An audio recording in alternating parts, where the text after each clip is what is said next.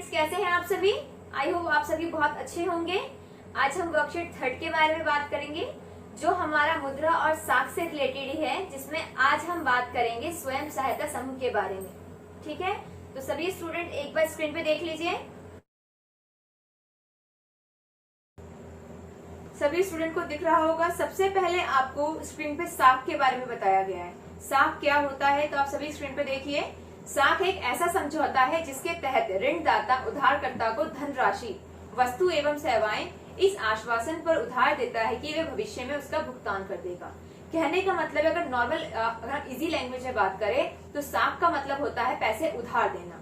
और जब हम किसी व्यक्ति को पैसे उधार देते हैं तो वो व्यक्ति भविष्य में इन फ्यूचर वो पैसे हमें वापस करेगा, इस आधार पर वो हमसे पैसे उधार लेता है और इसके बदले में वो हमें अपनी कुछ बड़ी संपत्तियां भी हमारे पास गिरवी रख देता है।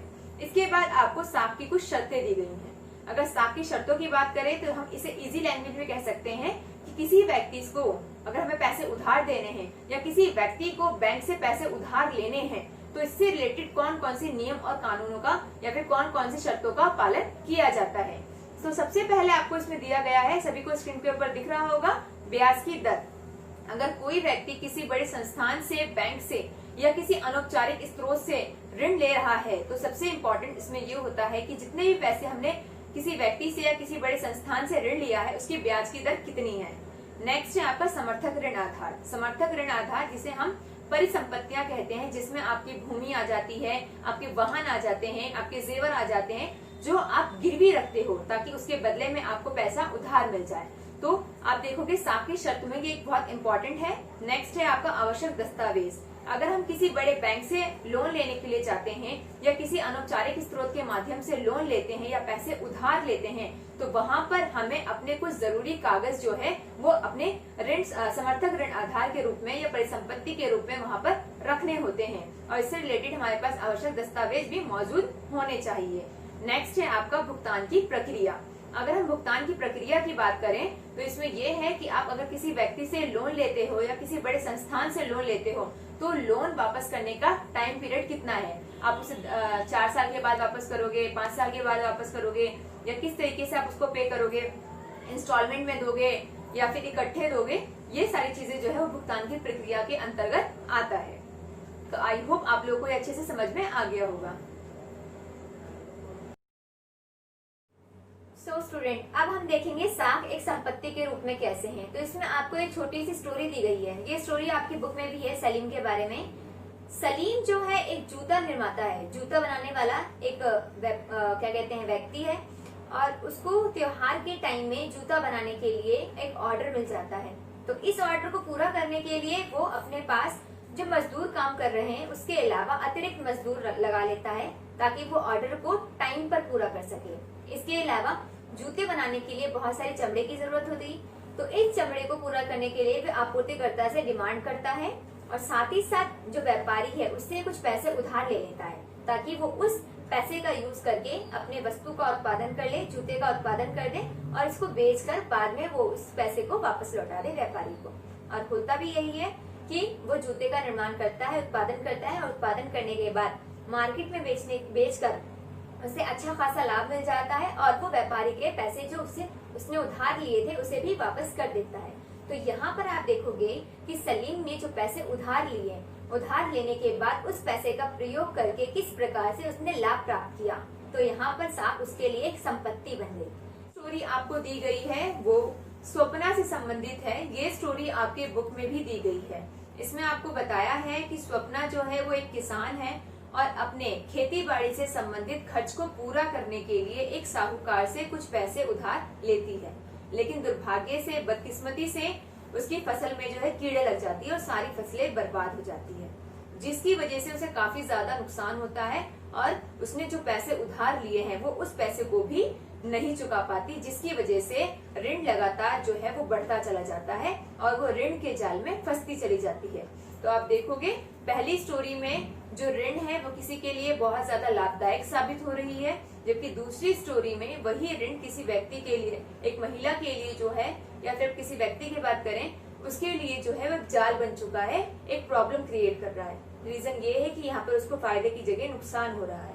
आई होप आप लोगों को अच्छे से समझ में आ गया होगा। सो स्टूडेंट, अब एक बार फिर से दोबारा स्क्रीन पे देखिए, आपको स्वयं सहायता समूह के बारे में बताया गया है। तो इसके बारे में डिस्कस करने से पहले हम ये जान लेते हैं कि स्वयं सहायता समूह किसे कहते हैं।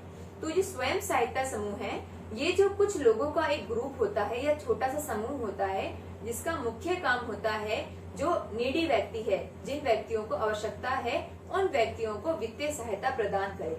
इसमें ये लोग जो है किसी भी प्रकार की परिसंपत्ति लिए बिना जो है लोगों को ऋण मुहैया कराते हैं ताकि उनकी वित्तीय मदद हो सके।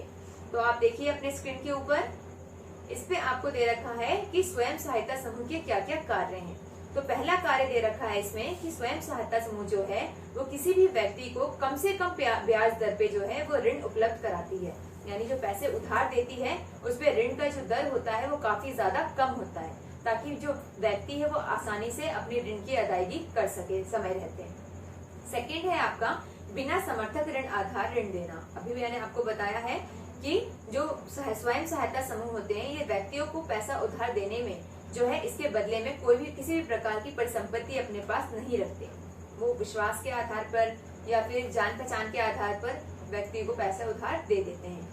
नेक्स्ट है आपका इसमें सदस्यों की जमा पूंजी इकट्ठा करना। स्वयं सहायता समूह के अंतर्गत लोगों का एक समूह होता है जो मिलकर के अन्य लोगों की मदद करते हैं।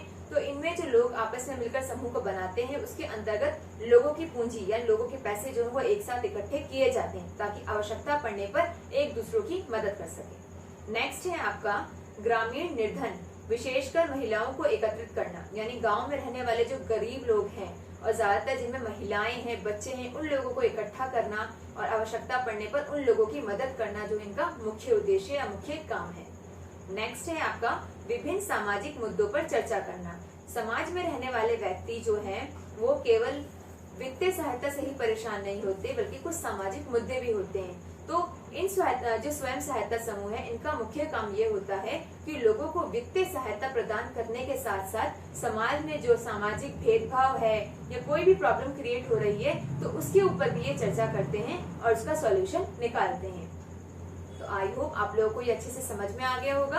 अगर अच्छे से समझ में नहीं आता है, कहीं पे भी आपको डाउट लगता है तो आप मुझे कमेंट कर सकते हैं। चलिए सभी स्टूडेंट एक बार फिर से स्क्रीन के ऊपर देखिए, अब हम क्वेश्चन आंसर डिस्कस करते हैं। तो आपका पहला क्वेश्चन है साख की शर्तों से आप क्या समझते हैं। साख यानी उधार देना। तो आप देखेंगे जब किसी व्यक्ति को बड़े संस्थान के द्वारा या अन्य व्यक्ति के द्वारा पैसे उधार दिए जाते हैं तो इससे संबंधित कुछ शर्तें होती हैं, जिन शर्तों का पालन करना ऋणदाता और ऋण प्राप्तकर्ता दोनों को उसका पालन करना होता है। तो इसमें आपको दे रखा है, जैसे मैंने आपको आंसर दे रखा है कि अगर कोई व्यक्ति किसी औपचारिक स्रोत जैसे बैंक से या किसी सरकारी वित्तीय संस्थान से ऋण लेता है या किसी अनौपचारिक स्रोत से जैसे महाजन से या साहूकार से ऋण लेता है तो उसकी एक निश्चित अवधि होती है जिसमें उस ऋण को वापस करना होता है। दूसरा, ऋण की दर निश्चित की जाती है कि किस दर पे उस व्यक्ति को ऋण दिया जाएगा। तीसरा, इसके साथ साथ एक ऋण आधार अपने पास रखते हैं लोग, या फिर जिस हम संस्थान से लोन ले रहे हैं वो अपने पास एक ऋण आधार रखता है जिसमें आपकी परिसंपत्ति में आपकी जमीन हो सकती है, जेवर हो सकते हैं या आपका कोई वाहन हो सकता है जो आप परिसंपत्ति के आधार पर ऋण के लेने के बदले में गारंटी के तौर पर उस व्यक्ति के पास या उस संस्थान के पास रखते हैं। तो ये जो है ये साख से संबंधित कुछ शर्तें हैं जिसका पालन ऋण प्रदाता को भी करना होता है और जो ऋण देने वाला व्यक्ति है उसको भी करना होता है। इसके बाद आपका नेक्स्ट क्वेश्चन है कि स्वयं सहायता समूह के महत्व पर एक नोट लिखिए। अभी हम लोगों ने बात की थी कि स्वयं सहायता समूह जो है वो कुछ लोगों का एक समूह होता है जिसका मुख्य काम होता है आवश्यकता पड़ने पर लोगों की मदद करना। इन लोगों के का जो मुख्य काम है वो लोगों की वित्तीय सहायता करने के साथ साथ सामाजिक मुद्दों पर भी विचार विमर्श करना इनका मुख्य काम होता है। इसके साथ साथ आप देखोगे इनका जो निर्माण किया जाता है या फिर इनका जो स्वयं सहायता समूह है इसको इसलिए बनाया जाता है ताकि जिस सोसाइटी में जिस समाज के आसपास इस समूह को बनाया गया है वहाँ आसपास शांति व्यवस्था बनी रहे, लोगों के बीच में सामाजिक मुद्दे या किसी भी प्रकार के झगड़े ना हो, या फिर लोगों को अगर वित्तीय रूप से मदद चाहिए तो उनकी वित्तीय सहायता की जा सके और लोगों की हेल्प की जा सके। अगर छोटे मोटे कारखाने खोल रहे हैं तो उनके लिए उनको पैसे प्रदान किए जा सके ताकि वो आर्थिक रूप से डेवलप हो सके, आर्थिक रूप से खुद को सेटल कर सके। आई होप आप लोगों को ये समझ में आ गया होगा। तो इसके बाद नेक्स्ट क्वेश्चन देखते हैं। आपका नेक्स्ट क्वेश्चन है ऋण जाल कब उत्पन्न होता है, व्याख्या कीजिए। तो अभी हम लोगों ने थोड़ी देर पहले स्वप्ना की स्टोरी पढ़ी थी जिसमें हम लोगों ने डिस्कस किया था कि स्वप्ना की वो खेती बाड़ी करने के लिए कुछ पैसे उधार लेती है, लेकिन कृषि में कीड़े लग जाने की वजह से फसलें खराब हो जाती हैं, जिसकी वजह से उसको काफी नुकसान होता है। और कुछ पैसे जिसने उधार लिए थे महाजन से ताकि वो खेती करके लाभ कमा सके, वो पैसे वापस नहीं कर पाती और उसी पैसे को चुकाने के लिए उसे दोबारा ऋण लेना पड़ता है, जिसकी वजह से वो बहुत ज्यादा परेशानी में आ जाती है, ऋण जाल में फंस जाती है। तो आप देखेंगे ऋण जाल में फंसने का मतलब होता है कि लाभ, यहाँ पर किस व्यक्ति को ऋण लेने के बाद, पैसे उधार लेने के बाद उससे लाभ ना होकर के नुकसान होना, और जो पैसे उसने उधार लिए हैं उसको समय पर ना चुका पाना। क्लियर हो गया होगा आप लोगों को। ऐसी स्थिति में जो लोग हैं वो ऋण जाल में फंस जाते हैं।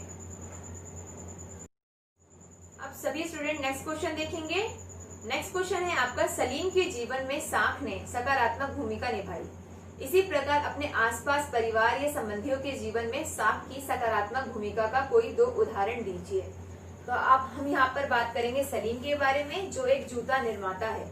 हम लोगों ने अभी थोड़ी देर पहले वर्कशीट में डिस्कस किया था कि सलीम जो है वो एक जूता निर्माता है और त्योहार के टाइम पीरियड में उसको 3000 जूते बनाने के लिए जो ऑर्डर दिया जाता है। ये स्टोरी आपकी बुक में भी है, आप वहां से इसे डिटेल में पढ़ सकते हैं। और आप देखेंगे कि वो समय पर उस ऑर्डर को पूरा कर देता है और जिस व्यक्ति से उसने पैसे उधार लिए थे, जिस व्यापारी से, उसे भी पैसे वापस कर देता है।